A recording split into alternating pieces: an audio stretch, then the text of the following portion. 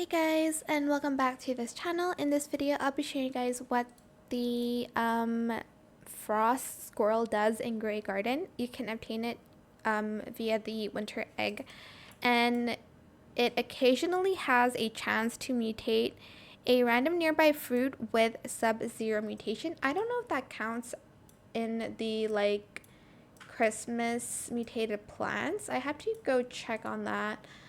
But yeah, that's basically what it does. Let's just take out this turtle dove, and this is what it looks like. Super cute pet, and it is a mythical pet, just in case I did not say that before. But yeah, I hope it was helpful for you guys. Don't forget to like, comment, share, and also subscribe to this channel if you haven't done that already. If you have any more questions about this video, just leave it in the comment section down below. I will try my best to answer them all for you guys. And if you found this video helpful, please click the thanks button as well. That is it. Thank you so much for watching. Bye.